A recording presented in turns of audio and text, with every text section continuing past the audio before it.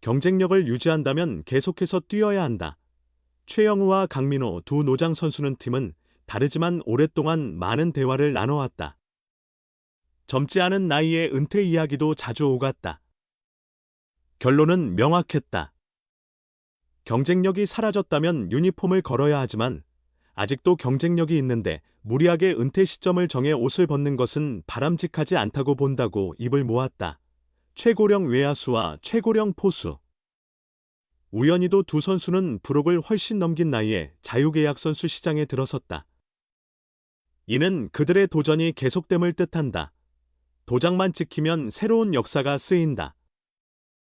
최영우는 내년 K리그에서 최고령 선수가 될 전망이다.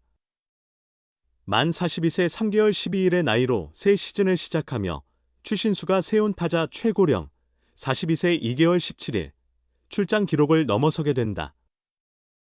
네 번째 FA 시장에 나선 강민호는 역대 그 누구도 이루지 못한 네 번째 FA 계약, 해외 리그 진출 제외에 도전장을 내민다. 새 역사의 작성은 시간 문제로 보인다. 두 선수 모두 올 시즌 리그에서 주목할 만한 성과를 냈다. 최영우는 42세였던 올 시즌에도 133경기에 나서 타율 0.307, 24홈런, 86타점, 장타율 0.529를 기록하며 나이를 무색해하는 활약을 보였다. 한 살 젊은 강민호도 삼성의 든든한 주전 포수로 127경기에 출전, 타율 0.269, 12홈런, 71타점의 괜찮은 성적을 쌓았다. 나이는 제쳐두고 순수한 경쟁력만 본다면 계약 체결은 시간 문제일 뿐이다. 핵심은 팀과 조건이다. 최영우는 원 소속팀 기아 타이거즈, 그리고 친정팀 삼성 라이온즈와 강하게 엮여 있다. 삼성이 이적 시장 개막과 동시에 최영우에게 적극적으로 계약을 제안한 가운데 기아는 지난 28일 최영우에게 최종 제안을 전했다. 이제 최영우의 선택만이 남아있는 상황. 만약 최영우가 삼성으로 이적한다면 2016년 이후 9년 만에 친정팀으로의 귀환이 이루어진다. 강민호는 기존 소속팀 삼성과 계약 논의 중이다. 삼성은 최근 2차 드래프트로 장승현, 트레이드로 박세혁을 데려와 포수진을 보강했지만 구단 고위 관계자는 강민호는 우리 팀의 중요한 선수다. 앞서 영입한 선수들은 그의 대체제가 아닌 함께할 보조 포수들이라고 설명하며 강민호와의 협상을 지속할 것임을 밝혔다. 강민호의 경우 팀보다 계약 조건이 더 중요한 변수로 꼽힌다. 두 선수의 선택이 어떻든 이번 계약은 새로운 역사이자 야구판의 낭만이 될 것이다. 나이 40을 훌쩍 넘긴 시점에서도 리그와 시장에서의 가치를 입증했기 때문.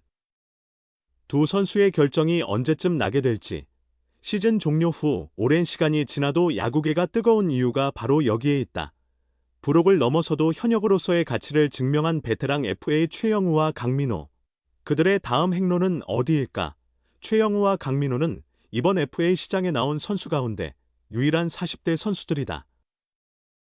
최영우는 1983년생, 강민호는 1985년생이다. 두 선수는 각각 원소속팀 기아 타이거즈와 삼성 라이온즈에서 가장 오래 뛴 최고의 베테랑이다. 치열한 경쟁이 일상인 프로스포츠에서 바로 은퇴해도 전혀 이상하지 않은 나이임에도 두 선수는 올 시즌에도 팀의 핵심으로 절대 대체할 수 없는 뛰어난 기량을 선보였다. 최영우는 이번 시즌 133경기에 나서 타율 0.307, 24홈런, 86타점, 오페스 0.928이라는 리드하는 수준의 기록을 세웠다. 두 시즌 만에 3할 타율을 회복했으며 2년 연속 20홈런을 기록했다. 다음 달 9일 열리는 골든글러브 시상식에서 지명타자 부문 수상이 유력하게 점쳐진다. 강민호는 이번 시즌 삼성의 주전 포수로서 127경기에 출전해 타율 0.269, 12홈런, 71타점, 오페스 0.753의 성적을 기록했다. 포수로서는 사상 처음으로 통산 350홈런 기록을 달성했다. 두 선수 모두 엄격한 자기관리와 뛰어난 리더십으로 후배들에게 귀감이 되었으며 그라운드 안에서도 젊은 선수들의 결코 밀리지 않는 활약으로 경쟁력을 증명해냈다.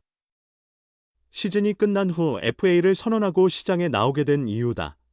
최영우는 세 번째, 강민호는 네 번째 FA 계약이다.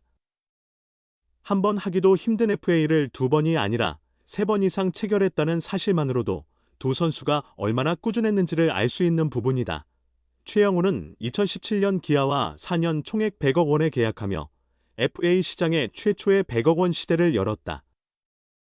기아에서도 꾸준한 활약을 이어가며 2020 시즌 후 두 번째 FA 계약 3년 총 47억 원을 체결했고 2023 시즌 후에는 1년 총액 22억 원의 BFA 장기 계약을 맺었다.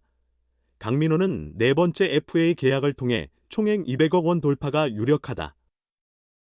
첫 FA에서 4년 75억 원, 2017년 4년 80억 원, 2021년 4년 36억 원을 기록하며 FA 총액 191억 원을 모았다. 최영우의 기아, 강민호의 삼성 모두 두 선수의 잔류를 목표로 협상을 진행하고 있다. 기아 구단은 최영우와의 협상을 위해 공식적으로 자리를 마련하고 대화를 이어가고 있다.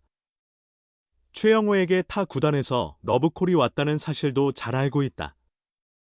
하지만 과도한 계약 조건은 제시하지 않겠다는 기본 방침을 고수하며 논의를 진행 중이다. 최영우가 팀에 꼭 필요한 선수라는 점은 구단도 인정하고 있지만 40대 중반에 접어드는 선수에게 큰 금액을 제시하는 것은 기아 입장에서도 부담스러운 부분이다. 더불어 팀 내 또 다른 FA인 양현종의 문제도 남아있고 셀러리캡을 포함한 구단의 장기 재정 계획도 함께 고려해야 한다. 삼성도 강민호를 잡기 위해 적극 나서고 있다. 비록 장승현, 2차 드래프트, 과 박세혁, 트레이드를 영입하며 포수 자원을 보강했지만 강민호와의 재계약 원칙에는 변함이 없다. 삼성은 지난 몇 차례에 걸쳐 강민호 측과 실질적인 대화를 가졌으며 구체적인 조건도 전달한 상태다. 26일에는 강민호의 소속사, 리코와 협상 진행 속도에 관한 의견을 교환한 것으로 전해졌다. 물론 원소속팀의 이런 노력과는 별개로 두 선수의 이적 가능성도 충분히 존재한다. 두 선수 모두 C등급에 해당의 보상 규정, 보상금 및 보상 선수, 이 적용되지 않아 영입을 고려하는 구단들에게 매력적인 조건이다. 특히 최영우의 경우 그의 친정팀인 삼성의 FA 시장이 열린 직후부터 적극적인 관심을 보여주고 있다.